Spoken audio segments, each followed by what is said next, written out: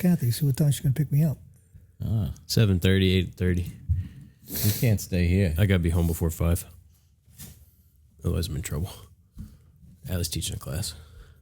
How is the yoga going? Good. I mean, it's slow. Things are, the world is all fucked up right now. Yeah. I can do yoga with one foot, Midst of a global pandemic. Can I do yoga with one foot? I'm doing yoga right now. So do your thing there, Ricardo. Would you crumple your paper all up? No, I made a copy on my home. I was doing my homework. I was putting some notes down. I'm ahead of the game. I got nothing else to do at home.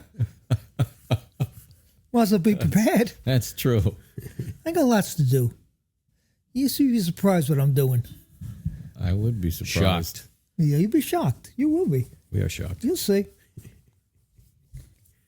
All right. Well, welcome everybody. This is the 13th Lucky American 13. Craftsman Podcast. I got it right finally. I got it right last week too. Yeah, You past couple weeks. You've been on a roll. I think there's 3 in a row. Yeah, With a new view. Well, it can't be 3 because I missed one. 2 episodes ago, was I missed Manny. one. I just want to shout out to Keith from Keith 2-Bit Woodworks. Let us know how you're doing with your shoulder Yeah. surgery. You can see how Rich is doing. Yeah. Exactly. Actually, I got my new cast, see? It's blue. Yeah, the blue. They didn't have cowboy blue, so I had to go with giant blue. I think that's lion blue. That's like Honolulu blue. I really don't care. It's blue. To me, it's cowboy blue. As much as I want to aggravate myself some more. You still want to ride that bus. that cowboy bus. That bus is going. I think it hit the guardrail a couple weeks ago. Yeah. The whole NFC East hit the guardrail. Speaking of Keith, though, I was just talking to Keith 10 minutes ago. He is just about to hit 10,000 subscribers on YouTube. Woo, so nice. If you don't follow Keith, go follow him. Yeah. Get him to 10,000. Put him over the edge. Yeah. Nice. Yeah. How many we got? We're creeping up on 600. But 600,000? We've only been at it for a little while. Oh, no. Good for you, Keith. It's quality. Yeah, Those are it takes quality. time. Takes time. Quality yeah. viewers. Well, let's get on with the show. Thanks for the Movember donations. We raised $605. Yeah. That's very nice. Thank you guys out there. Thanks to the anonymous donor, and thank everybody else for participating. Yeah. Yeah, definitely. broke our goal of 500. So Yeah, I'm waiting for Rob to shave now because it's over, and I kind of can't look at his squiggly face anymore. It's it. Yeah. maybe the wife likes it. That's why he's keeping it. Yeah. I do everything to please the wife. Yeah. Okay. I just dispelled that myth. She doesn't listen to these podcasts. She doesn't have a computer. And I'll let you handle on the next thing, the Secret Santa. I don't even know what's going on with that, but I'll leave it to Jeff. Oh, yeah. So anybody that signed up for the Secret Santa, I sent out emails last night with your person you matched up with. So check your email. It'll be from American Craftsman at GreeneStreetJoinery.com. Check Now, your spam box if... somebody gets the 3 of us, but we get one gift, right? Yeah. Right. So whoever got us, you're only sending us one thing. We're going Yeah. to send you 3, but only send us 1. Yeah. There's also 2 bonus gifts going out. Whoa. Yeah, from a mysterious benefactor is sending out 2 Greene Street Joinery gift cards to our website. Oh, To nice. two random people got selected. So they'll get I wonder who this 2 gifts. I don't benevolent person is. Yeah, it's not us. know. Yeah. Yeah, I know. We're too cheap. It's kind of like a Charles Dickens story, don't you think? Yeah. Yeah, I mean, I guess they'll find out when they get it. But Who's Magwitch? Who's our Magwitch? Okay. I'm not that going like a into these. Chipwich? We going into these British mystery movies again. It's a classic story. is that like Yeah. Mag Switch? I know Sponsor? The Christmas Carol. I don't know the other one. Yeah.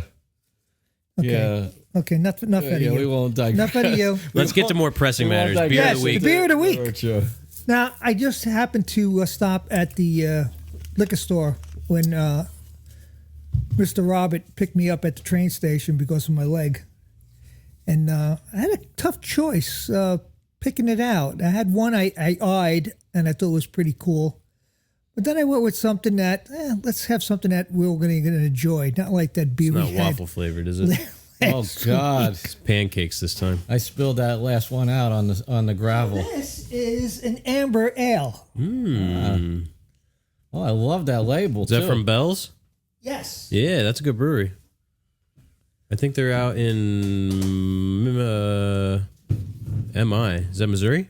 That's no, that's Michigan. MO is Michigan. Is Missouri. Good stuff in Michigan. Yeah, a Comstock. little heron on there. Yeah.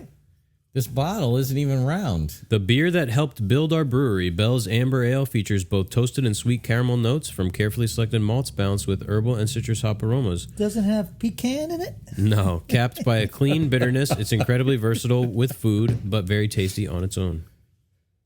We don't have any Packaged food. on October 7th, 2020. We're using the Keith bottle opener. Yeah, thanks, Keith. Yeah, this is nice. Oh, sorry. I thought you opened yours. Okay. Not here, so you don't Well, you remember. handed it to me, so I thought you were done. I was being nice. We're not nice around here. No. Cheers. You Cheers. should hear how we talk about you when you're not here. I don't really care anymore.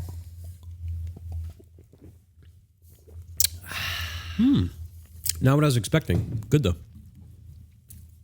Yeah. See, I don't like to drink left-handed. I got this mic on my right. Making things difficult. Does it taste different? I try and, swing in here. Does it taste different left-handed versus right-handed? Definitely feels different. Yeah. We could get it. That we could digress into that Oh, yeah. conversation. Yeah. Small deviations from the norm. That's all I can handle. I got to ask you a question. Did you finally pick the tool of the week? Yeah. Okay. Yeah, Well, I knew you were going to think I forgot. No, I didn't. Didn't cross my mind at all. Because that's what time it is, right? It's time for tool of the week. All right. So I came up with this tool of the week literally about 45 seconds ago as I was outside coming in for the podcast. This is something that's in my pocket literally every day.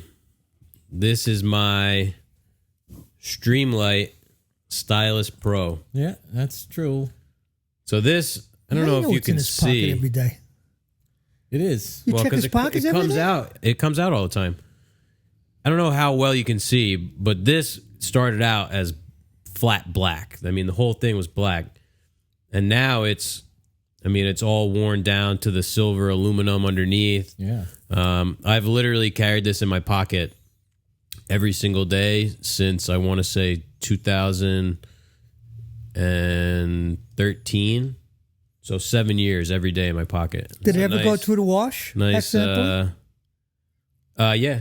How many batteries? This takes 2 AAA batteries. The only thing I've ever worn out is this little rubber button here.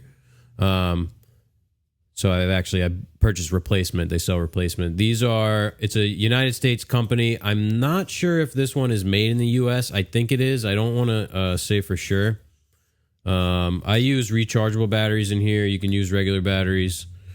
But a flashlight is, to me, like a knife. I carry a knife in my pocket, too. Until you carry one in your pocket every day, you don't realize how often you really need it or use it.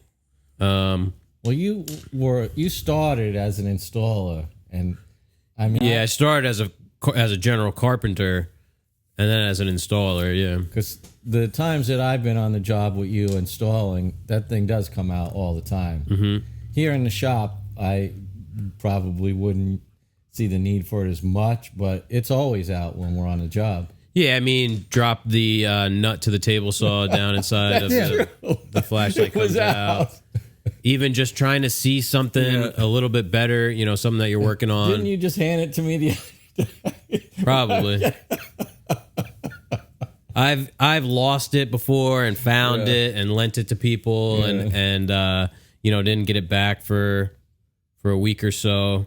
But yeah, I mean, for like less than $20 or $25, whatever they sell for now, Yeah. it's a great thing to have around, even if you just keep it in your hand tool bag or something like that, in your truck. Indispensable. Yeah, it's always good to have a flashlight. I have another one at home that just sits in the sock drawer in case I end up losing this one. So, Streamlight Stylus Pro. They make a lot of different flashlights. This one is the not as powerful as some of the other stuff they make, but good So that's for the company, Streamlight? Streamlight. Yeah. Is that Light or? Yes. Oh, that's good to know. Yeah. Yeah. So we'll put a link in the description. Yeah, good. On the website. Check it out. I love it. You got to get into the habit of carrying a flashlight. Yeah. The knife gets used way more than the flashlight, but I do use the flashlight a I lot. don't like to carry a knife because I don't trust myself with a knife. What are you going to do? Cut myself. You're just going to fly out of your pocket? You never know. I might want to do something like when West Side Story or something. Oh, God. On crutches, too. Do you remember when that came out on TV when we were young? Yeah. I must have been in like the 3rd grade. They had TVs back then? Yeah. Black and white. I remember. So I was going to PS 32. And Were you the Jets? That's what happened. You get to the playground the next morning. Are you a Shark or are you a Jet? What? Oh, yeah. Yeah. It would be instant fisticuffs. In regards to what? West Side Story. Yeah. Yeah, I don't know about that. Yeah.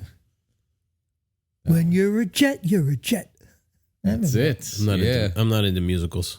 Oh, no. Come on. It was a classic. I didn't like the ending. You had to be there, I guess. Yeah. I never was a fan of the ending at all. What happened at the end?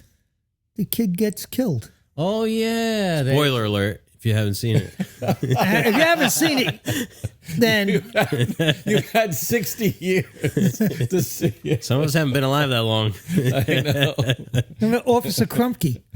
Oh, yes. Yes. Oh, God. And these kids thought they were tough. They had all Yeah. these nice slacks, these sweaters on, Loafers. and they were gang members. They were going to a rumble in loafers. Yeah, exactly. And chinos. Yeah. Oh, God. Well, Brings us to that time of the week. that brings us to the gripe of the week. Oh, the gripe of the week. I got a good one.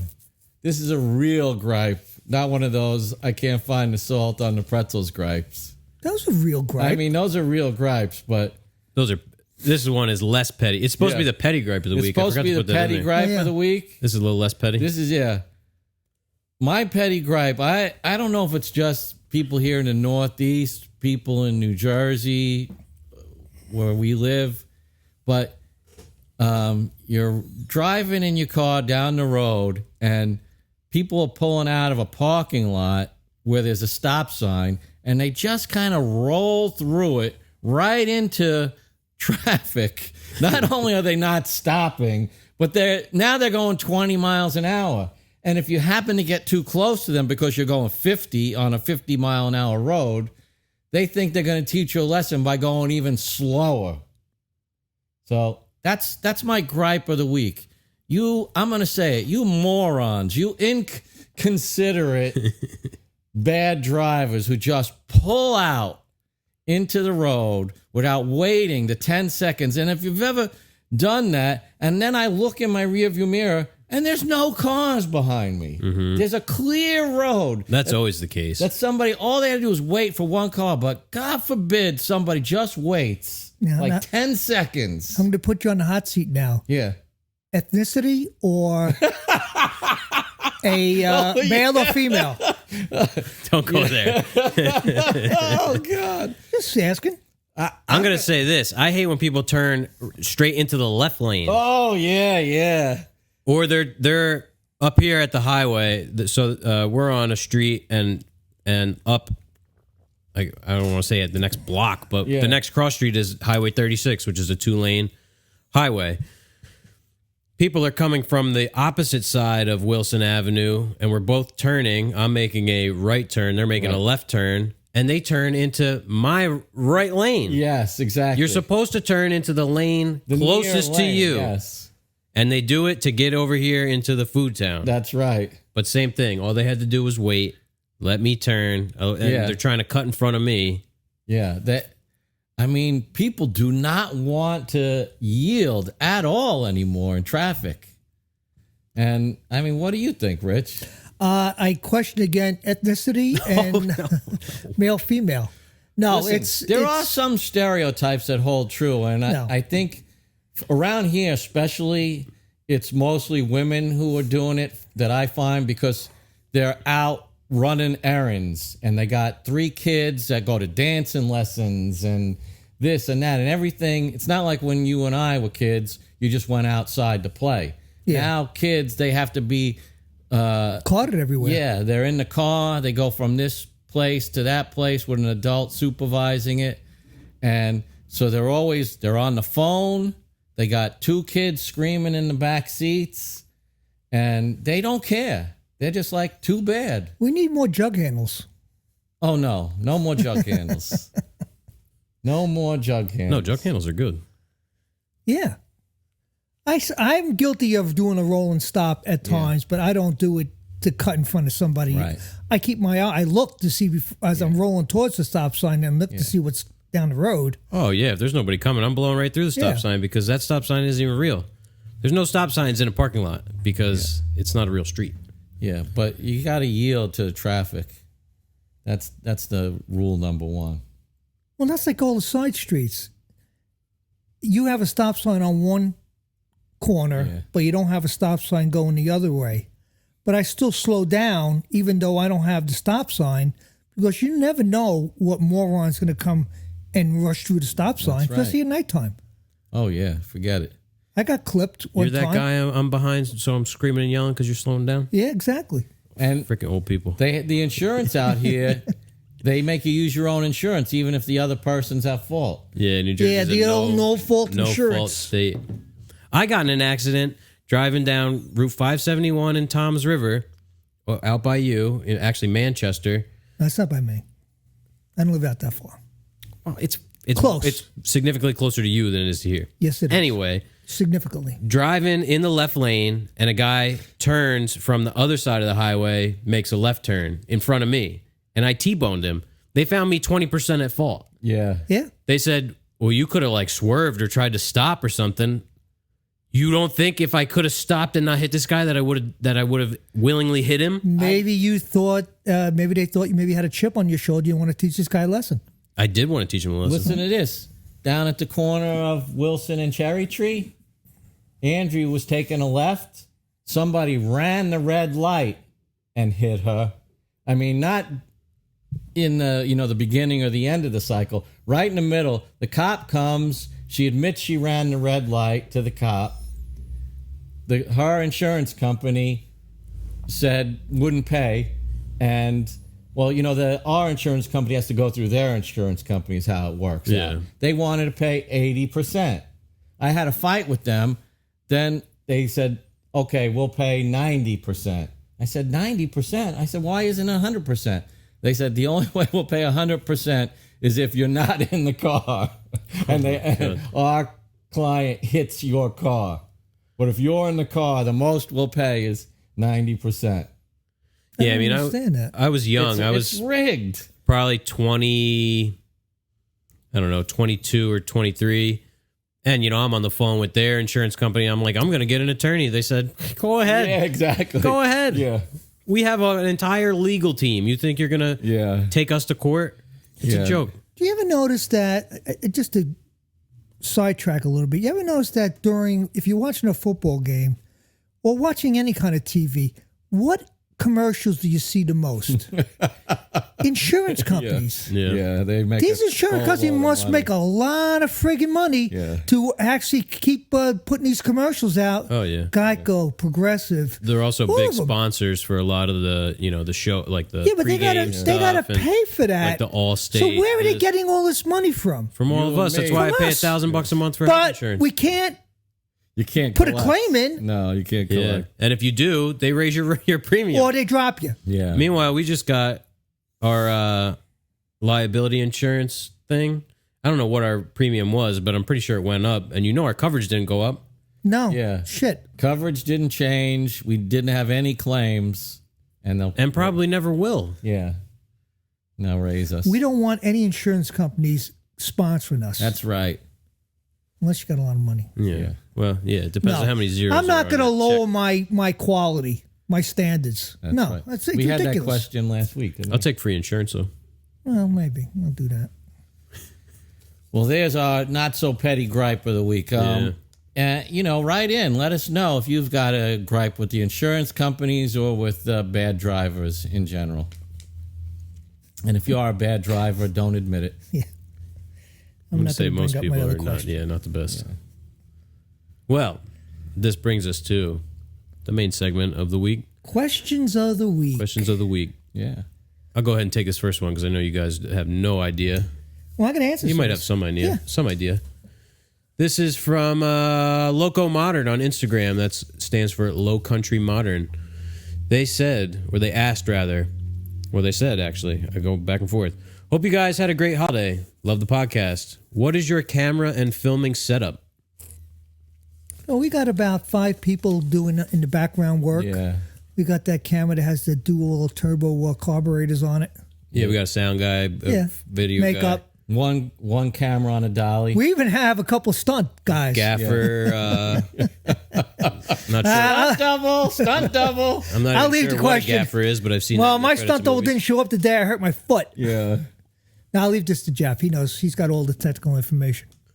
Yeah, so I'll give you a rundown of basically everything that we use for the podcast. The camera is a Sony A6000 with the kit lens, and we run that into what's called a capture card. And we have I had to unlock the camera to get past the 30-minute. All these photo cameras come with a 30-minute maximum on the video, so you kind of have to like hack the camera to bypass that.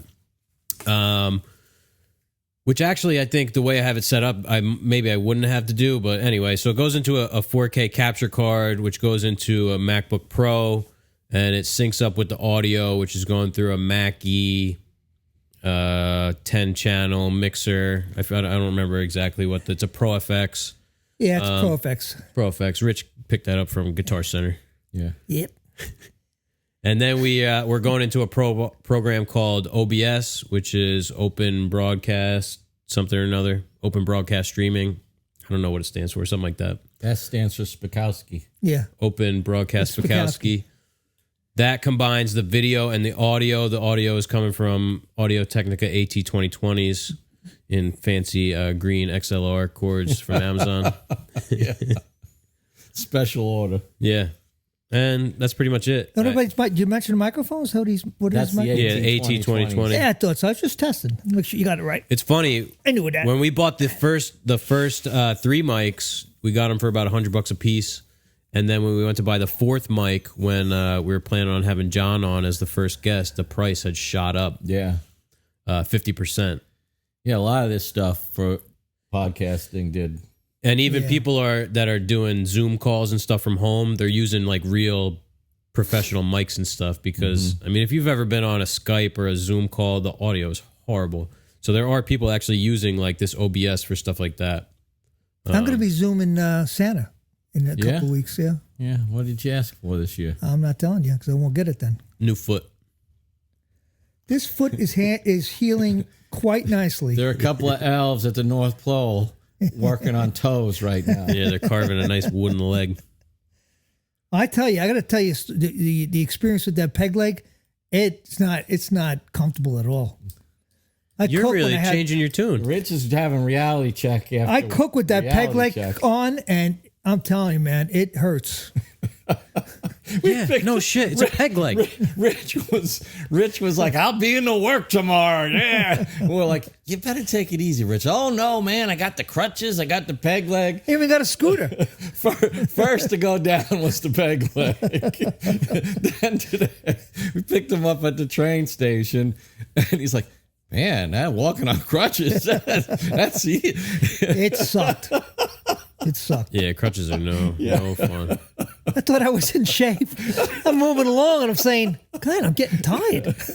There was a 4-year-old kid behind Rich telling him to get out of the way. He was moving too slow. A couple of snails were passing me. Yeah. Needless to say. But that's what we use to film this lovely podcast. What would you say the whole setup costs to get going? You know, if somebody wanted to do this themselves. Well, this setup? Well, I guess maybe if they're doing like a mic. Yeah, I mean, you could do it if you were doing it by yourself. You could just do it with your computer and a microphone, or I mean, people do podcasts with just their headphone. Yeah, with their. You do need an interface, I'm pretty sure, to go into your computer. I mean, you can record the audio they right have on those your USB mics. Well, you can record it right on your phone with the mic on your headphones. Yeah. Or I mean, there's 1,000 ways. This is like, I feel like is a good budget. I mean, I don't know. I guess it depends on your budget. Yeah. This is about a little over $1,000. Yeah. It's $400 worth of mics, $250 mixer, $600 camera. Our account just so $2,000 Well, they laptop. didn't run this through accounting. I have to talk to you about it later on. Sponsorships. We wish. All right. Let's go to the next question, Rich. Are you the kind of woodworkers who change out the table saw blade for a specific cut you're making? I can tell you where this is going. Meaning, do you use a dedicated crosscut blade, ripping blade, plywood blade? Or do you prefer a single general purpose blade for all your tasks? This is Alec from Owlhead Woodwork on Instagram. He's been on this a couple times with his questions. Woodco. Yeah, it's Woodco. And you were studying this at home? Yeah. Owlhead Woodco. Why couldn't it be Wood Company? You said Works. Did I say Woodworks? Yes. Yeah. Hey, you know what, Owlhead? I think Woodworks is a little bit better. Alex, about that. Why don't He's you change another that? repeat offender. Why don't you change that? No. Think about change. No, I'm not changing the blade because 1 minute you're cutting hardwood, the next second you're cutting plywood. There's no way you're going to be changing the blade. Now, having a dedicated saw to doing datoing, that's perfect. That's great. Yeah. But changing the blade on the table saw, unless you're doing melamine work and you need that kind of melamine blade, that's a different story. But for as far as basic woodworking, there's no way I'm going to change that blade every couple of seconds or minutes. Yeah, I mean, we keep a combination blade, as they're called, in the saw, which is a crosscut ripping, sort of jack of all trades blade. I would definitely like to get a plywood blade for when we're breaking down plywood, because typically it'll be a 1 day of all plywood. Yeah, and I've noticed lately that blade has been chewing up the plywood on the little underside. bit. Yeah, even the Woodworker 2s are, I mean, they're just not, you need more than 40 teeth to cut plywood, basically. Yeah. And that's what's on the... Yeah, it's a 42 Ridge Carbide TS 2000. Yeah, it's a good blade. If we had the room, we're the kind of guys that would be more likely to have Two more table saws. Yeah. with a blade on it. You know, Have we'd another a table plywood- saw just for plywood. We'd have a plywood table saw. Oh, yeah, I'd love to have a panel We'd saw. have a cross-cutting saw. Oh, a panel saw. Yeah. Yeah. Or, a sliding table, a big sliding table, Euro table saw. Yeah, That we panel have room saw for could two be the table answer to one saws. of the last few questions. And they're back to back. One has the dado blade set up on it. One just has our general purpose blade. Yeah. Yeah. I mean, I'd love to use the right blade, the best blade for every cut, Yeah. but here we're a production shop. We have to make a living, so we have to do what is most cost effective and best bang for the buck time versus so for us a general purpose blade is the way to go, but it has to be a good general purpose Don't blade. get It's not the a ones Diablo. from Otherwise, there's Home too much Depot tear out and or things like Lowe's that. or anything like that, Cobalt or you got to get a good one. a Avanti Pro 2-pack. Those What, you got something against the Italians? those are not Italian. Avanti? They're commandeering. They're trying to ride the Don't tell me coattails. it's China again. Oh yeah. Fuck. Those might not even be made in China. Yeah. It's like What's lower than China as far as manufacturing quality? I don't think anything. well, I think it depends on the factory, but Yeah. some of those like central sort of The Central European. I was going to places say like where they have like match factories in Africa. Oh yeah, yeah, Yeah, I don't think there's anything lower than. yeah. They probably don't have like machinery factories in those No. lesser developed countries. Yeah. All right. So does that answer the question? Then we're a general purpose, a good general purpose blade, best we can find. When it starts to get dull, we put in another sharp or new. Yeah. Good General question, purpose blade. Yeah. Alec from Owlhead Woodworks. But yeah, we certainly see the benefit of changing them out. Oh yeah, yeah. All right. I guess I'll read this. There you go. How are contractors getting needed building materials during this pandemic? Walt from Walt Atwood on Instagram asks us. Dumpster diving. That's Tom. For a lot of money, that's how they're getting it. Yeah, yeah. Oh, yeah. Well, unfortunately, we have been in a situation where there's not a lot of work coming in, so we haven't really experienced any problems with getting materials yet. No, we've had because we usually keep a lot. Yeah, of of course. material on Yeah, hand. when we get material on when we hand. get a hardwood, for example, we have to buy a certain amount to get it delivered here. So we'll order. If it's just a pure maple job, we'll order Superior, we'll order some oak, and we'll order some maple with it. So we'll stockpile a lot of the wood. Yeah. So thankfully, we've been able to use some of that stockpile the last couple of jobs. We did order plywood from one of our suppliers, and we didn't have a problem. No. Yeah, and the price So we was really haven't. fine. I don't think we've really had a problem yet. No.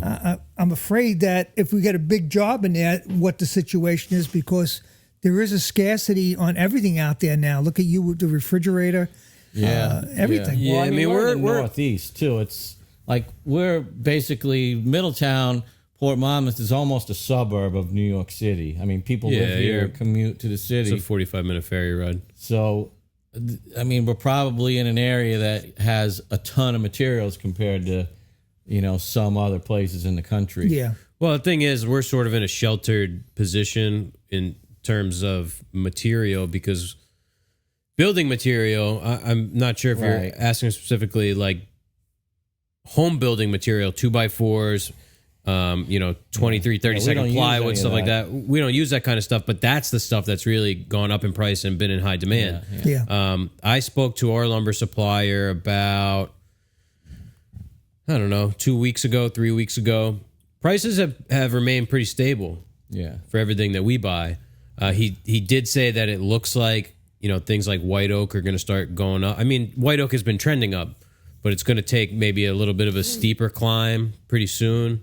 But we've been lucky. The plywood was same price as it was before, pre-pandemic or just at the beginning.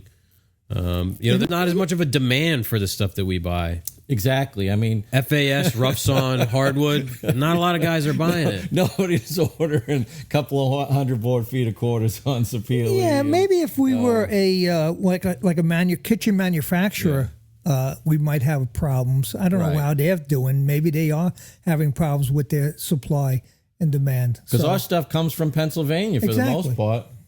I mean, it's grown in Pennsylvania. It's milled in Pennsylvania. It comes on a truck from Pennsylvania to New Jersey. Not in China. Right, exactly.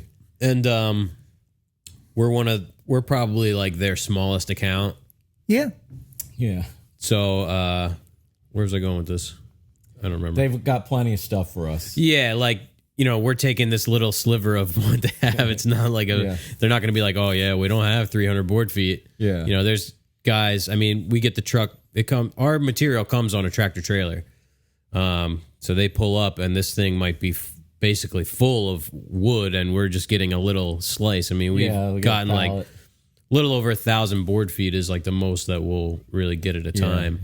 Yeah. Which I know that might sound crazy to some people because some people don't use that in a year or 2 years. Right. But, I mean, we're not buying in such huge quantities where it's really an issue to get. Yeah. Luckily, we haven't had problems. Even with screws.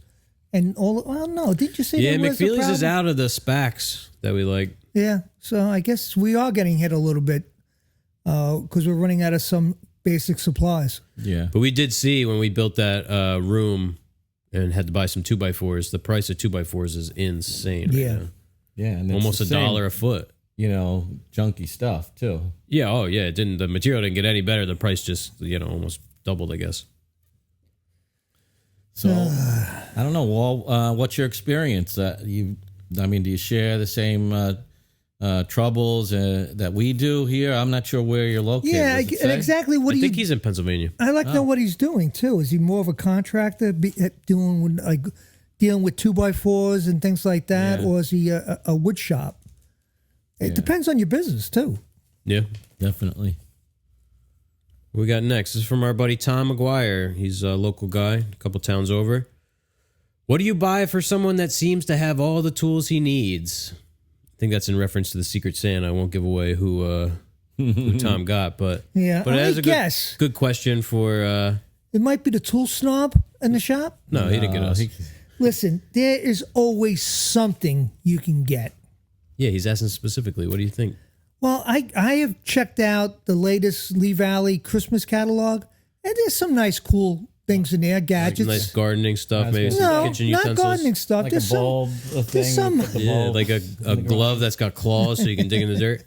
No, my wife bought one of Oh, those. God. I put it on my hand once. Said, "What the fuck is this thing?" Oh, my God. Excuse my language. There, I'm a little antsy from being home. They got him all medicated. But no, there are some stuff. There were some woodworking things I saw under $25 that I thought would be pretty cool. I got Up to the Klingspor. I didn't get that catalog. Klingspor's woodworking shop. I'm not sure what the affiliation is with the sandpaper. Is it the same people? Yeah, I They think so. They have that's the shop that's in North Carolina. Yeah. Which I tell you what, I called them one time trying to get sandpaper for our drum sander, and they were no help. I remember that. But I've had another experience where they were helpful, so I don't know. Maybe she was having a bad day. Oh, yeah. I think it was Miles Craft sand plane. Did you see that? Did I say Yes. that? Yes. That was super cool. So it's a little block that takes a 5-inch sanding disc that you'd use on your orbital sander, and it has like 4 or 5 different profiles that you can attach to the bottom. So it has a convex one, a concave one, a V shape. I thought that was cool. I think $8.99 too, right? Pick one of those see? up for myself. There are some things in there you could find. Yeah. You have to point it out. If you know a guy has everything he's got, that's when you got to start getting him a little couple of gadget kind of tools. Yeah. You know what? I think, and you guys, you'll agree, especially on this, books. Yeah. I just Books got are a bunch great of books. gifts. You know, whether it's for instruction or inspiration. Sometimes it's personal inspiration. It could be like, maybe you want to read a book by, a woodworker, Kranov or somebody like that. Or Stickley books and all that. Or maybe it's something that's just like somebody who's had adversity or... Yeah, like a motivational kind of thing. I read even that. those like lookbooks. Yeah. Just are just photos of design, architecture. Those are super inspirational. The fine woodworking, like the Taunton Press is good for the picture book thing. Yeah. So there are gifts out there. You just gotta realize you just gotta look for it. That's all. I was gonna say, like, so let's say it's a Secret Santa and the limit's $25. Find something that everybody has that's like $5, but find that one that's like really good and it costs $25. The $25 bottle opener. Well, like woodworking, like instead of like a $2.99 countersink, get a fuller countersink that costs $25. Yeah, exactly. There's one right there. Yeah. You know what else is good? Are those tweezers. Yeah. Those really good. Yeah, you got to cut a couple of them because they disappear. A Weeha Every time- 26-in-1 screwdriver. Yeah. There you go. A Streamlight Weeha, Stylus Pro flashlight. a Vera screwdriver. Yeah. Got the micro jig grip block. Yeah. You can see him back there on the joiner. Those things are priceless, really. I mean, the way they... Yeah. Actually, I Bottle just... cap opener from 2-Bit Woodworking. Yeah. Yeah. Probably sell it to you. The Greene Street Joinery gift certificate. Yeah. I just remembered I have a question that's not on here. Brian, I forget his last name on Instagram. He was asking about, he's looking for a new joiner. And he's wondering about helical versus straight blades, what we think. And I sent him a little video of our Oliver. So we have an Oliver 4240. It's a 10-inch joiner that came with straight blades, and we put a Helix head on it. And you can buy, they don't make this particular model anymore, but you can buy a 10-inch Oliver with the Helix head. These Oliver, I mean, this is the only Oliver tool I've used. That thing is bulletproof. Yeah. It's set. I mean, it holds its settings. You never really have... We run all of our material through there. It basically Every just job. stays at 1/32 or 1/32 light, and that's it. You turn it on, you use it, you turn it off. You don't have to think about it. It's always parallel. It's always square. Yeah, I mean, we edge glue all our tops and everything, and for the most part, we're not using any kind of, mechanical or other type of fastener, no biscuits, no dominoes. We're just edge gluing a 2 jointed surfaces.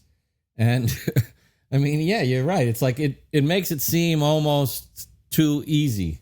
Yeah, because I've worked on a real shoddy joiner, and it's not brutal. shoddy from the factory. Just no. I mean, it probably wasn't a great joiner to start out with anyway. Like an 8-inch delta or something. Right. Yeah, I know that one. Yeah, man.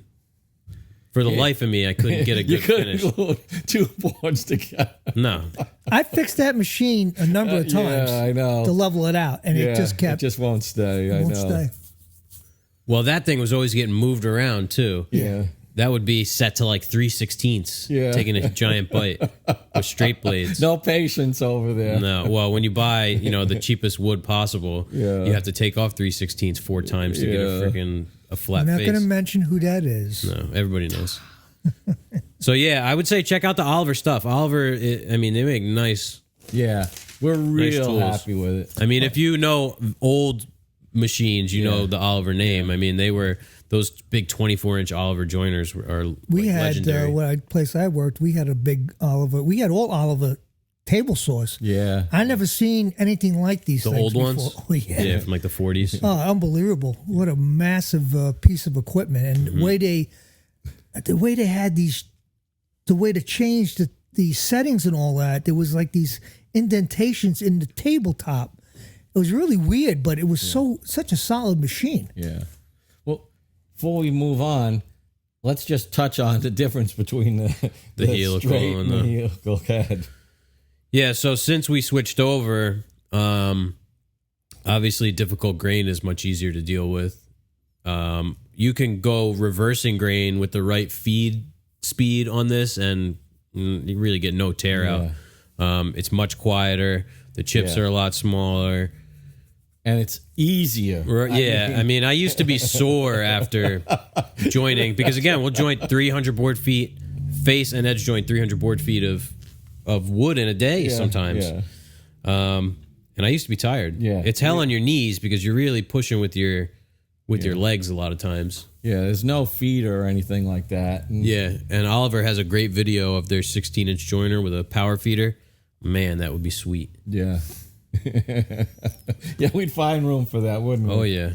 I would love a nice Oliver, if you're listening, nice 16-inch Oliver joiner right there. Well, the thing that, it wouldn't take up that much more space because the thing that's really nice about this 10-inch is that the bed is 7 feet long. Yeah.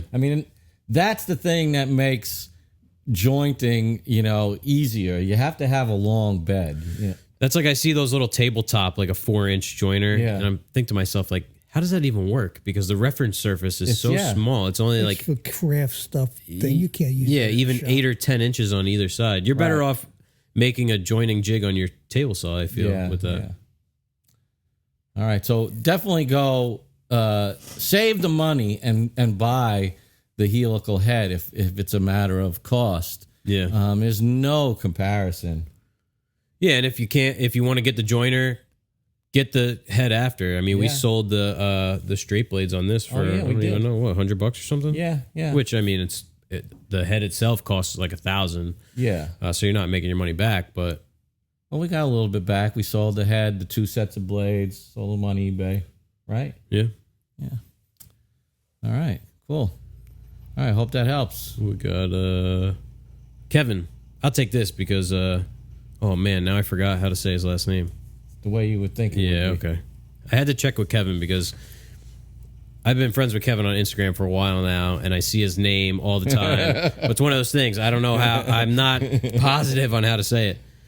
So this is from Kevin Pardelli Woodworking on Instagram. Super skilled guy up in Canada.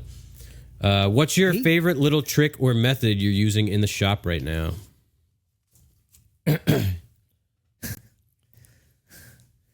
There's a little trick I use especially when I'm working on my bench and I have my computer on. There's a way that I can actually prop myself up and put the computer on, and my back is to everybody, and I can actually fall asleep for a little while, and then I don't even know I'm sleeping. That's We think he's working. That's when you're doing the accounting. Yeah, exactly. So that's a little trick now I can't do it anymore cat's out of because the now bag. it's cat's out of the bag. Now you're just sleeping at home. Exactly. But tricks, Mull it over. We'll skip. You got yeah, one? go. I don't have anything. I got one. I don't know if it's a trick or not, but I like a scraper. It's something I go to instead of it's before I go to sanding. You like scraping? Kevin is a fucking phenom. I was amazed with how he was scraping stuff. Yeah. It blew my mind. I thought I had my scraper was set up nice. Yeah. I like felt totally emasculated when I saw it. I would probably experience the same thing. I'm a hack scraper, but I do like the scraper as a a pre-sanding step. I don't like to sand to get out like machine marks and things like that. I like to go straight to my little scraper and then go to sanding. So that's my tip. Well, Where do you want me to go? Go. Can't think of one. I can't do that. This is one that I thought of that I'm not sure who I picked it up from, but if you're running like when we build doors, we run a groove down, the entire style, that the tenon will fit into and the panel will fit into. So our panel and our tenon are the same width, and we have 1 inch stock, and I want to run a 3/8 inch or a 1/2 inch wide groove. Usually what you would do is you would set up your fence so that the blade was a 1/4 inch from, and let's just say you had you're going to do 2 passes, so it's perfectly centered. You have a 3/8 inch wide. You have a 1/4 inch. Now I'm confusing everyone. You're doing a 1/2 inch wide groove, and you have a 3/8 inch wide dado stack in the saw. Go. So rather than setting your fence a 1/4 inch from the blade, set it so that on the far left side, away from the blade. Right. That way, if your piece comes away from the fence towards the left, you're going into waste material. You're not going into the part that you're keeping. There you go. Little hard to explain. Maybe we'll make a little YouTube video about that. No, I get it. I have one too, but I can't explain it. Well, I'll try. Does it have to do with sleeping on the job? No, it has to do with the joiner. When I'm joining edges on the tabletop, I'll alternate. Oh, there you go. I'll mark on the board face and an X, and the face meaning the one goes against the fence, right? The fence, and the next one I do it opposite in case the fence itself has any kind of deviation in it. It's not from perfectly 90. Yeah, so they'll always match up to one another. Yeah. Yeah, that's a good rule. I always do that. Yeah, especially if you're doing things like panels and stuff like that. We want that super, super tight seam. And the sleeping one. Yeah. Yeah, and a lot of times with the joiner, you'll be square. You won't be square across the whole fence. So even if you have it set up perfectly square, you might be square in the center and a little bit one way at this end and a little bit one way at the other end. So it's a little bit of insurance in case. Yeah, because the it has some flex. Yeah. So those are the tricks of the trade. Yeah. Well, we're giving them all away. I got plenty of Gonna tricks. just learn some new ones. Oh, this is a great question. Yeah. About to start a furniture making apprenticeship and would love some advice. This is from Jack Thornton 98 on Instagram. Before we even get to it, I'll just say congratulations. Yeah, he's an Australian guy. Another repeat offender. Yeah. I guess I would say envious in a way. Like I could imagine going back to that time and having that opportunity. And oh yeah, 98. Is that how old you are, Jack? Because that's pretty young. That's 18 years after I graduated high school. Yeah, it's 9 years after I was born. I didn't want to go there. So I guess I'll be first. What's advice? I would say advice on any learning experience is to. Here's what I'll say. You're going to get out of it what you put into it. That's with anything. And I know it's kind of a generic, vague kind of thing, but it's also pretty specific in an inverse way. You're going to get out of it what you put into it. 100% in, 100% out. Yeah. Yeah, I would say the way I sort of learned things as quick as I did is dive in head first. When you go home, don't put on the TV and watch a TV show.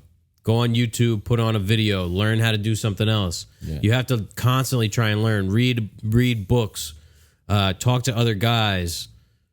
You know, you need to be at it 24/7, basically. If you really want to learn and learn quick, you got to devote yourself to it. That's what an apprenticeship really is. It's not a thing that really, at least in the U.S., that happens anymore. Yeah. You know, this is like a lifelong endeavor where you're undertaking this task to learn for you furniture making. Yeah. You know, apprentices in the I mean, I don't know when it really ended, but let's say 100 years ago, they're going to be living with the teacher. That's right. They live basically in the shop. You're cleaning up the shop. You're spending all your time there. So, like Rob said, you got to put in the work. Exactly. Yeah, I hope you did your homework to where you're going to be doing this apprenticeship, because you do want to go with somebody who's reputable, because you don't want to be stuck in a apprenticeship program that you're not getting anything out of it. So hopefully this is you did your diligent homework.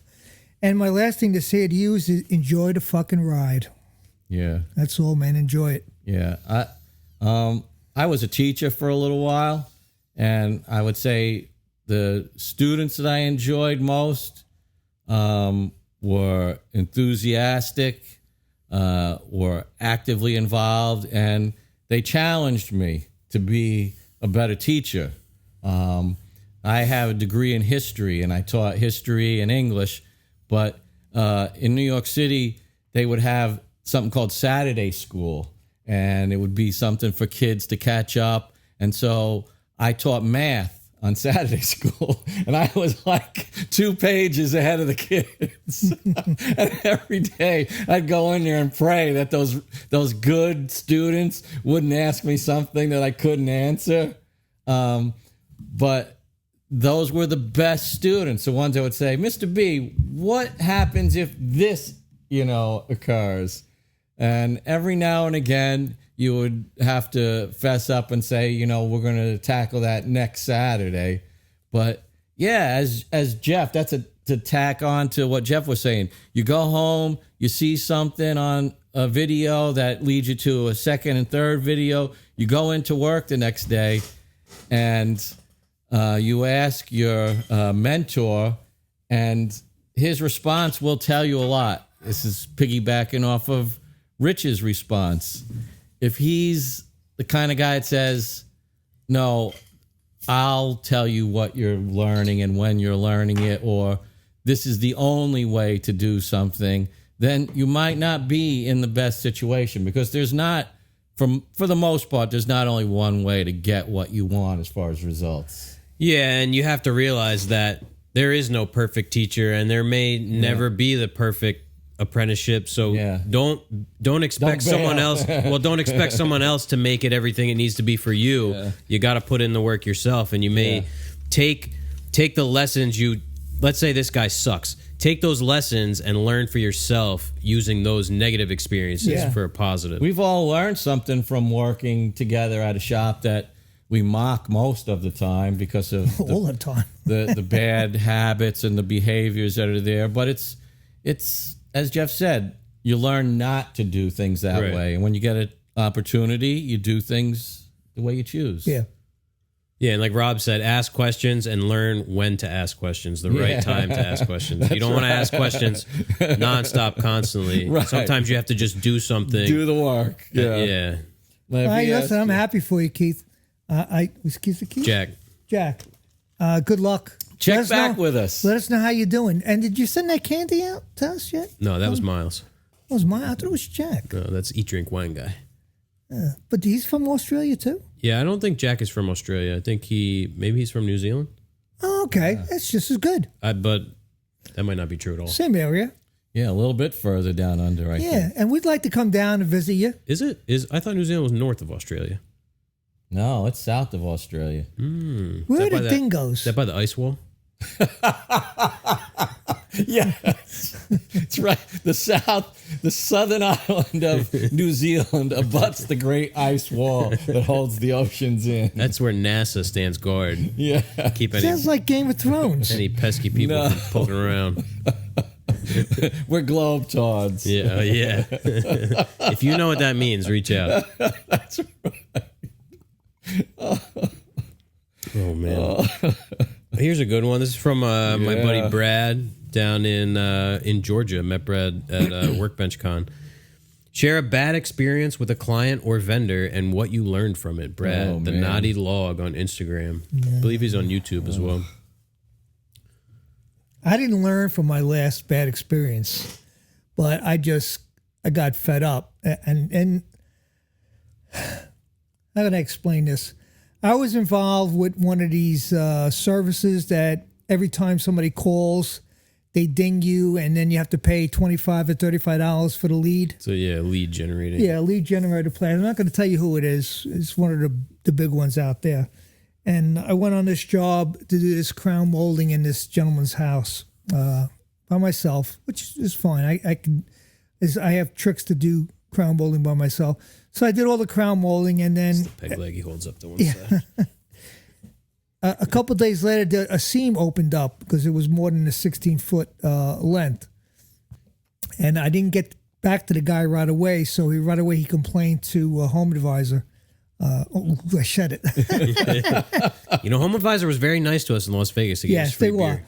And so they sent me a scathing note saying, we want you to get it back to this guy and all that. We're going to drop you. And you know what?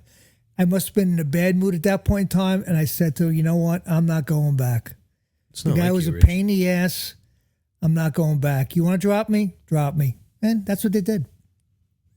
That's not the Rich I know and love. Yeah. No, but you know what? Sometimes a person can really get under your skin. And I have a breaking point just like everybody else. There you go. I mean, paint cracks, things open up. That's what happens with wood. Yeah. He wanted me to replace the whole thing instead of trying to fill the gap. And he constantly kept calling me, and I just couldn't get there to fix it right away. And he went right behind my back and called the company up. Yep. So, screw you. There you go. Yeah, it's a client worth losing. Yes, exactly. Unfortunately. When I put this question down here on the sheet, I tried to think real quick of an example. I couldn't think of one offhand. One that just pops into my head. When we first got together, there's two main plywood suppliers in our area. There's Pheasant Hall and Atlantic Plywood. Now, Atlantic Plywood, we got in touch with them about getting some material because we had, I forget what we had coming up.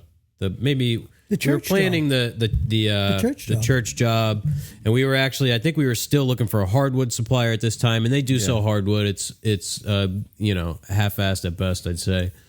So they send their rep out, guy that we hadn't met before. The previous shop we worked in used both of those companies, so we knew some of those reps and whatnot. So he comes out, meets with us. We talk. We order some material. Wasn't his name Mike or something like that? Anthony. Mm-hmm. A couple times we ordered material. We had some issues with an order, and I would reach out to him and say, "Hey, Anthony, we're looking for this. Do you have it? Whatever." Doesn't get back to me. He just basically brushed us off, because we were.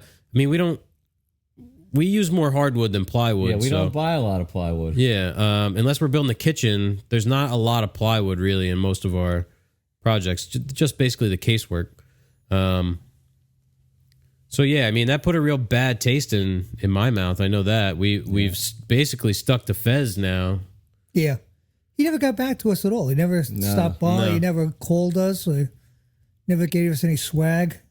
Yeah, never checked in. And he was a new rep. Yeah. We weren't worth his time. And right. We could be in that position too. Any business can. But it's not really courteous, ethical, or any of those things to treat small customers, small clients any differently than a large customer or client. We'll all be on both sides of that coin probably in our lives, and it's always good. It comes back to you, I think. Yeah. Either way. What about bad clients? Can you guys think of any? I mean, Rich had his, but I had a horrible client before I knew you guys. When I first started, I was even working in the basement. So this is like right at the beginning when I thought medieval times. Yeah, go into business. So my wife has this friend for like 20-something years. Really close friend. And I'll tell you how close. When my wife and I got married the first time, we got married once outside the church and once inside the church. I did the same thing. Yeah. So suckers. Yeah. So we got married at her friend's apartment in Rockaway. So it's, just me, my wife's friends, their couple, and my aunt was there. I think Who's we've your heard best bits and man? pieces of this. What's that? Who's your best man? You didn't have a best man? No, I didn't have one. I just had my aunt there for me. I didn't have one either. I did when I went to I went to the mayor. We Like didn't one of do those hippie weddings, where the vows are, with flowers. yeah, basically. Did you write your own vows? Yeah. So You remember? I'd like to hear those. So this is how close my wife is to these people. Now I don't really know them that well, but I know them through my wife for a couple of months. So they decide they're going to hire me to do this job, and I give them a nice sweetheart. This is my wife's good friends. We got married in their house, and they live about an hour's drive from where we are. So I drive. Not an easy hour. No, it's tough driving into New York. That direction, yeah. It's about as bad as it gets. So now the husband, he's always at work. I go there and I redo some things in their bedroom. I build a bed frame, and they have a water bed mattress. And every time I'm there, they're like, Rob, while you're there, could you hang these blinds for me? Handyman Rob. Exactly. So it's like I'm there for 4 or 5 days, and I come home every time, and I'm like telling my wife, every time I'm there, I got to do this, I got to do that. I can't charge them. 12-hour day with Yeah. Wife's like, just, do it for me. Don't blah, blah, blah. All right. So finally, I wrap up this job, and I go home. And maybe about a month later, the wife emails me and says, the bed's squeaking. I'm like, I don't know what this. Now, I built a headboard, which is fastened to the wall. Okay. So I was like, that really doesn't have anything to do with me. It didn't squeak before. I'm like, oh God. Doesn't even touch barely touches the mattress. So, of course, I had to go back there. I couldn't find anything to, do. I tried. Let's recreate the squeak. Right, yeah. So I went back home, and then I got the angry email from the husband. And he's like, what kind of business person are you? This and the other. So I'm like, oh, man, what am I going to do now? Now, I'm only in business for a couple of months. I thought maybe this isn't for me, if this is the way it's going to go down. So he's pissed off because you couldn't find the squeak? Yeah, and I couldn't rectify the situation. So I said, all right. Now, this is like mid-November. It's about this time of year almost. I said, I'm going to be in Brooklyn for Thanksgiving to see my aunt. I will come over there. This is less than 2 weeks. He writes back, that's unacceptable. This, the next thing I know, I get a summons in the mail. He's taking me to small claims court in Queens, of all places. I got to go. So this is a guy, the long story short, it's too late for that. he knew he'd done this before. He knew how to do this. So I get to small claims court with my date. In New York, it's very crowded, so they put you with an arbitrator. Yeah. Yes. They don't want you taking beforehand. up. So the arbitrator says now we're all in the same room. He tells the guy, there's no case here. Let's just settle this and not take up anybody's time. He was suing me for $1,300, which is what he said he paid somebody to come and fix it. What? Yeah. Probably less than you charged him to freaking make it. No, but it was, yeah. So I said, I'll give him half just to make him go away. He said, no, I want my day in court. So a month goes by. I go back to court. He shows up with an attorney. And I'm sitting there, and the wife of this guy is looking straight ahead, won't look at my wife in the eye. My wife came. So the guy says, the judge now hears everything, and he says to the guy, there's no case here. I'm going to rule in favor of the defendant. And the guy has a conference with his lawyer, and I can't remember exactly how they phrase it, but they're going to bring new charges. And so at this point in time, everybody in the court that works for the court feels so bad for me that they're giving me advice. And they say, yes, he can do this up to 3 times, and then I can countersue for harassment. And anyway, he knew how to game the system, this guy. So I said, I say out loud in court, so if I give this guy the money, will he go away and he can never call me and this and that? And the judge literally says to this guy, goes, would you like the defendant to pay for lunch too? And so I paid this guy $1,300 to go away. What a jackass. Wow. Yeah, and is off camera. Alive? I hope he's not alive anymore. Off camera, we will discuss the particulars, but you may guess at some of them. That was the one and only, thank God, bad experience I had. It was right at the beginning of my business enterprise, and left me shell-shocked for quite a while, I have to say. That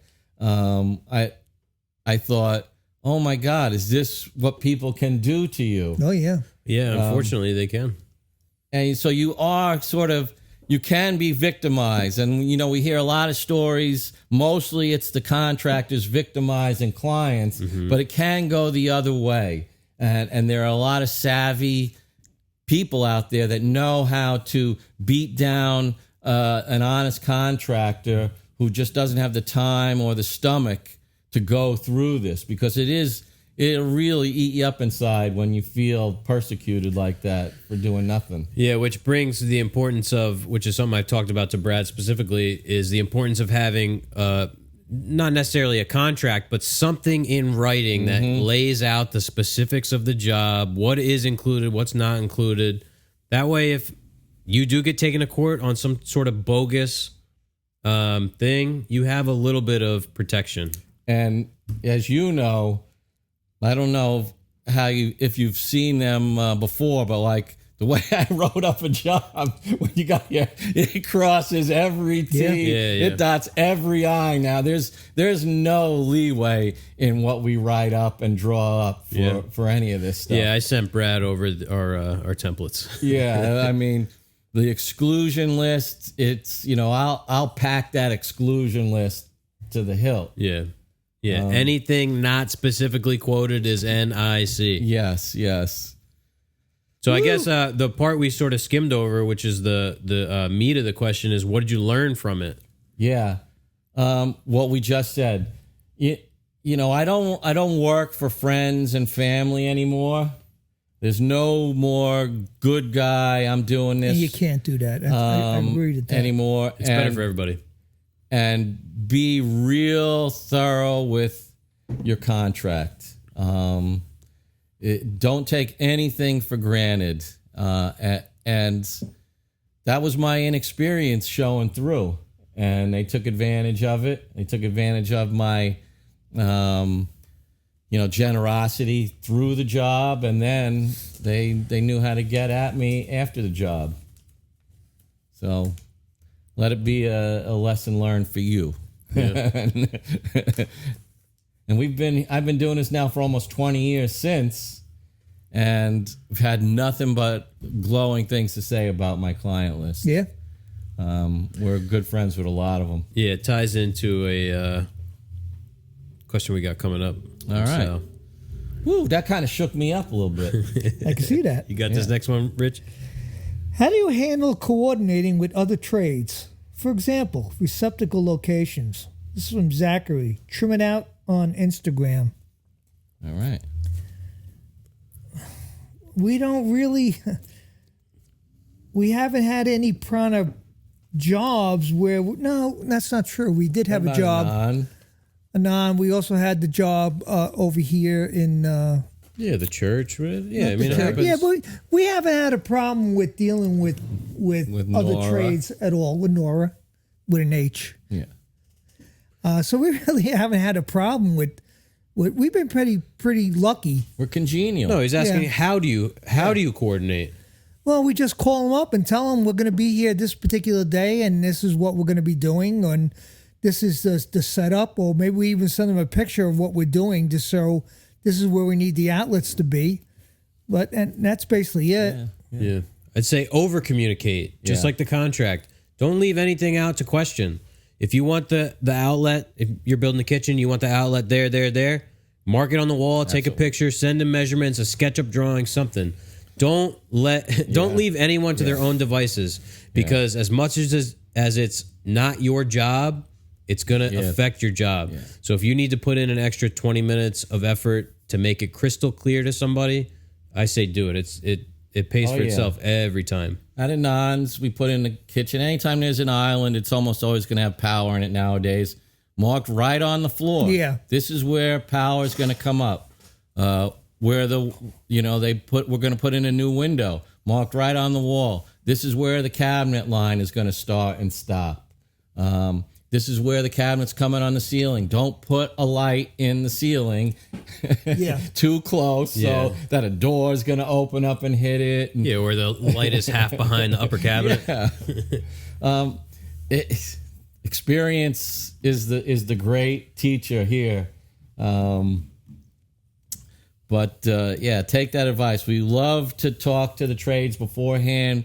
We like to communicate. We like to do whatever we can to make their job easier and our job better.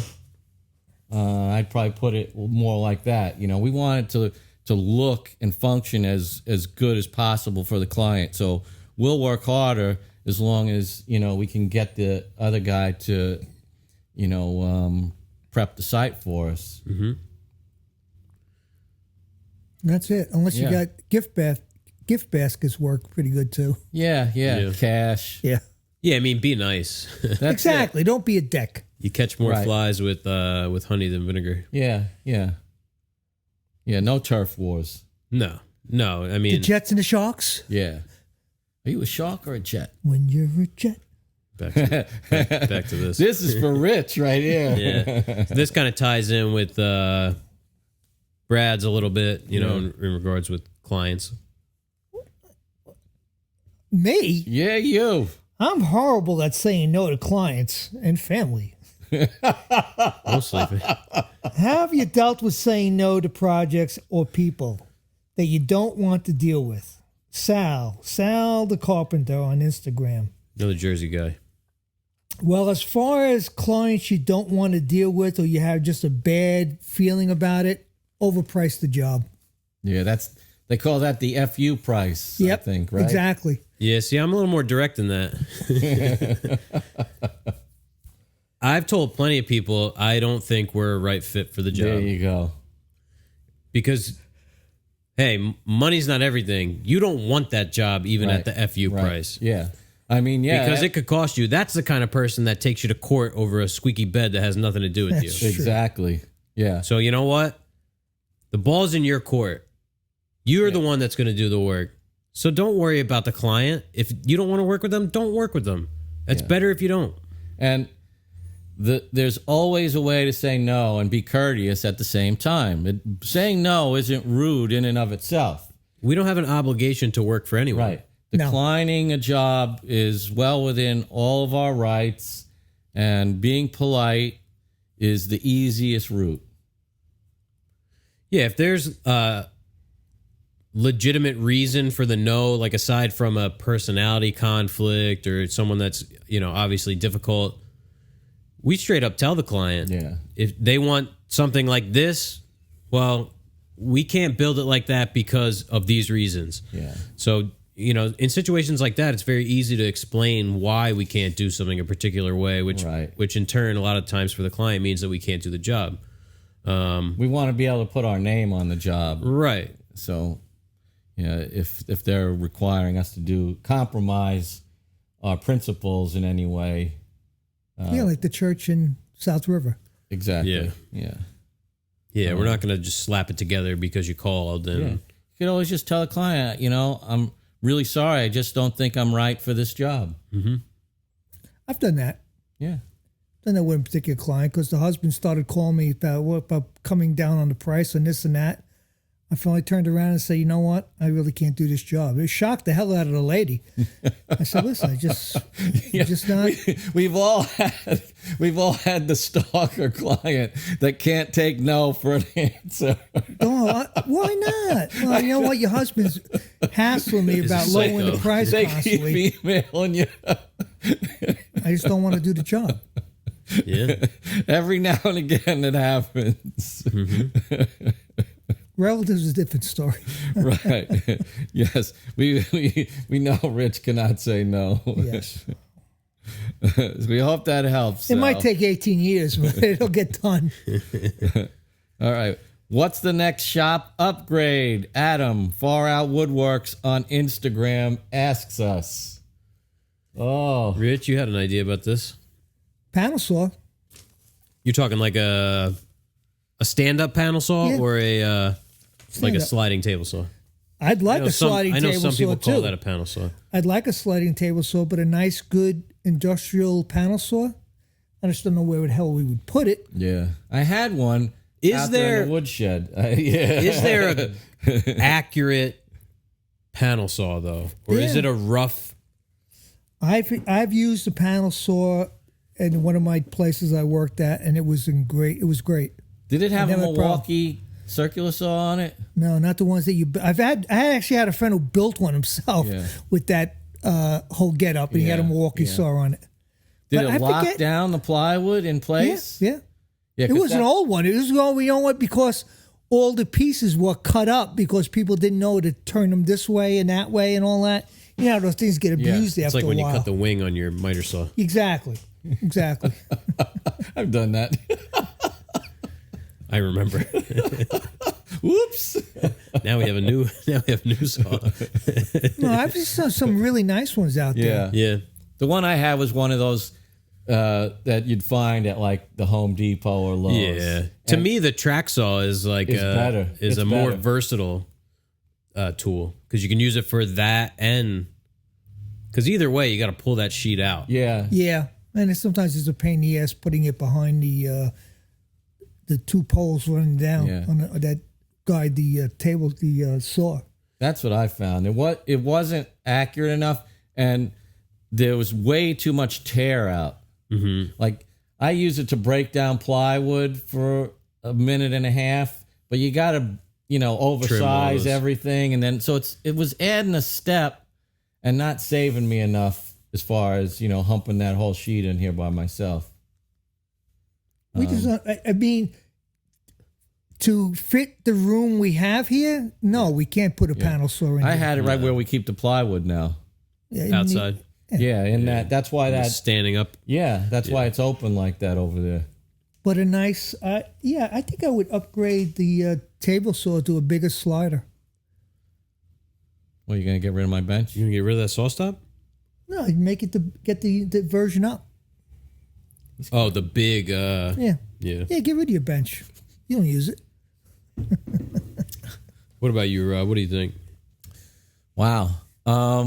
We finally got, and I hesitate to even say it because it's been such a roller coaster ride, but our wide belt, the 37-inch Woodmaster. Drum sander. Yeah, it's a drum sander. We call him Barry. Barry Sander. Now, we've done everything possible to this thing, and it's finally doing its job.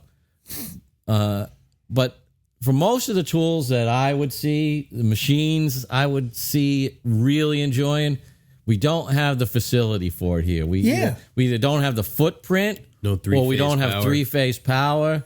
For those of you who don't know, this is like a less than 1,000 square foot shop behind my house, which just happens to be zoned commercial.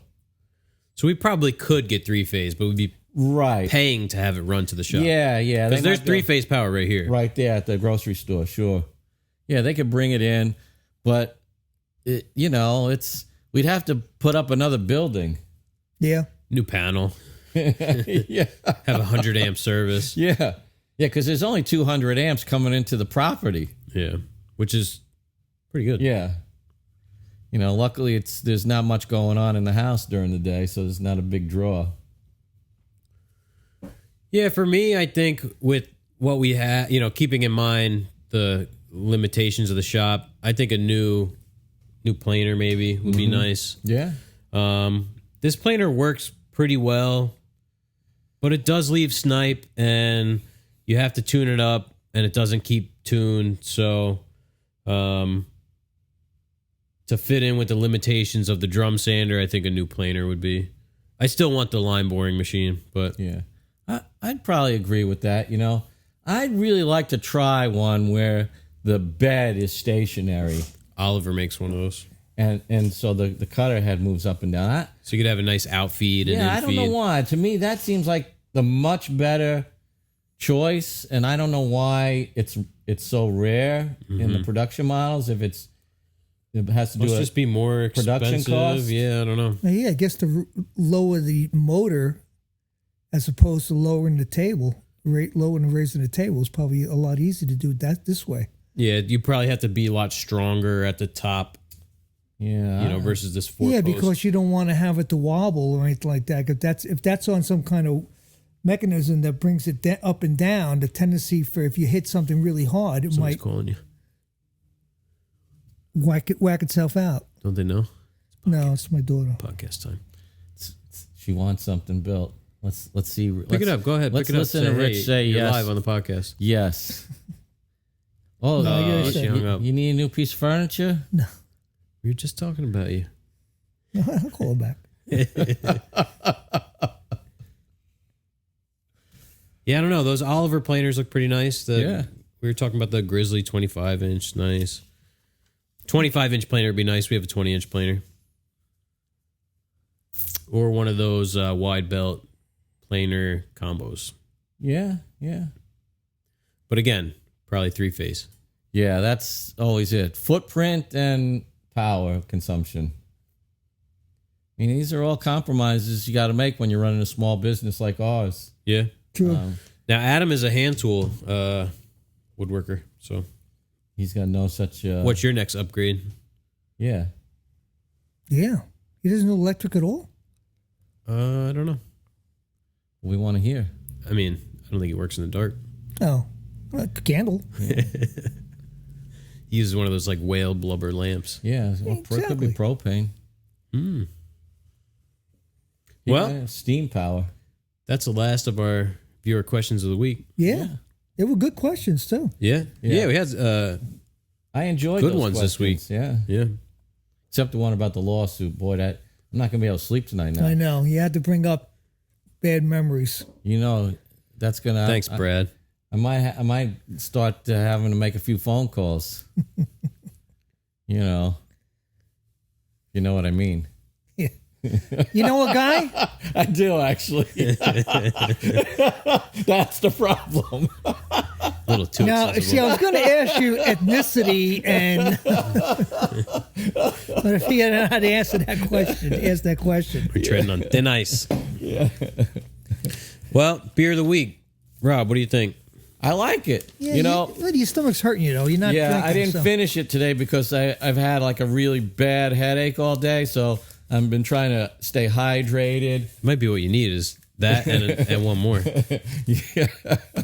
I should have brought you some of my medication from. Yeah, I've been on Excedrin, Pepto-Bismol all day. I've been seeing you swigging that Pepto. So, but I like it. I really enjoy. I love the look of the bottle. I love the label. I like the name. So all the aesthetics are very pleasing, and I really like the taste of it. It's crisp. It's kind of got that bittery kind of that bite that I kind of like. So it's good. Reminds me of like Fat Tire almost. Very similar to that. I've had some beers from Belle's, never had this one, but I would definitely drink this again. Very good. Thank you. I liked it.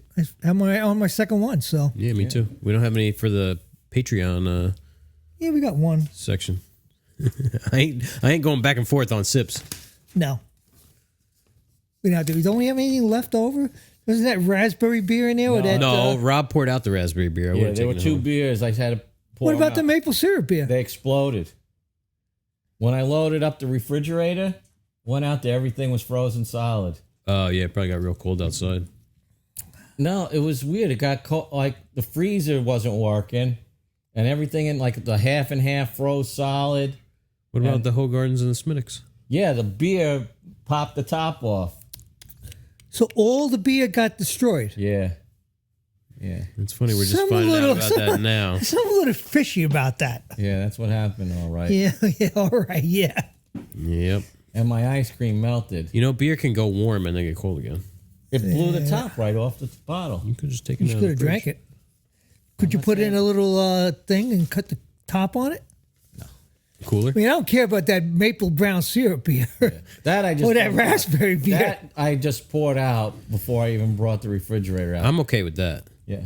My refrigerator broke on Thanksgiving, so I had to commandeer the mini shop fridge, and it's up on the porch. Nice 3 cubic footer. Because I got tired of walking to the shop in the morning for my half and half, and because everything comes from China, I couldn't get a refrigerator replacement until tomorrow, a full 1 week, and I had to pay through the nose to get it.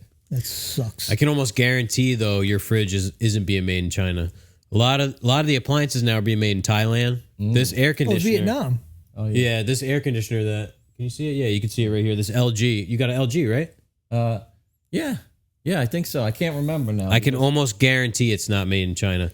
They're moving a lot. It seems like a lot of the appliance stuff for some reason is moving out of China to Thailand, Malaysia.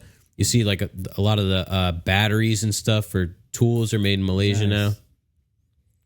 All right. Well, hopefully it's better quality. Yeah, well, I mean, we'd like, you know us. We want to see stuff. We want to see production come back to America. It's not a political statement. It's about putting American guys and gals to work so that there's a job here for us. Yeah, not about CEOs taking a $1 million bonus. Because that's the way it works. Production goes offshore, and the people who make money are the major stockholders. And what's lost are the jobs that just paid, regular working class folks here.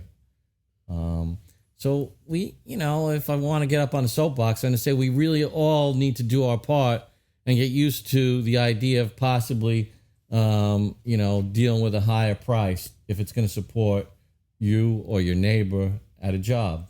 Bring these things back if we can, possibly. Yeah, and hopefully it's a better investment. That's right. Right.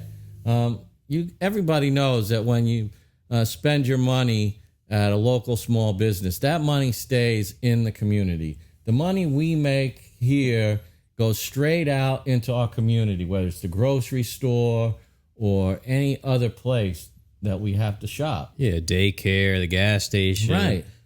All to the same, people, and the people that are in the same boat as we are. Mm-hmm. Sorry. So do your part. Thank you. Well, that ends the podcast. Right. And I think it was a very good, very, very, very good Podcast. Yeah. Yeah, take a look down in the description. We'll put the tool of the week there. We'll put a link to the beer so you can read about it if you want.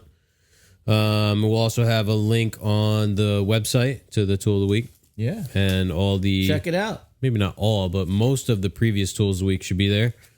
And then also, if you'd like to support the podcast, we have those affiliate links on the website, and we have the Patreon. So right after this, we're going to do a little bit of a after show, which we put up on the Patreon. If you want to check that out, go over to our Patreon page, see if you want to help support the be a part of podcast. that. So, a happy first week of December. Oh, yeah, and a shout out to our Patreon Gold tier patrons, David Murphy and Manny Sirianni. Yay. David and Manny. Thank you. Yeah, that's for you guys. Very much. That's sincere. I mean, Cut! Yeah. See you next week. We're off. 5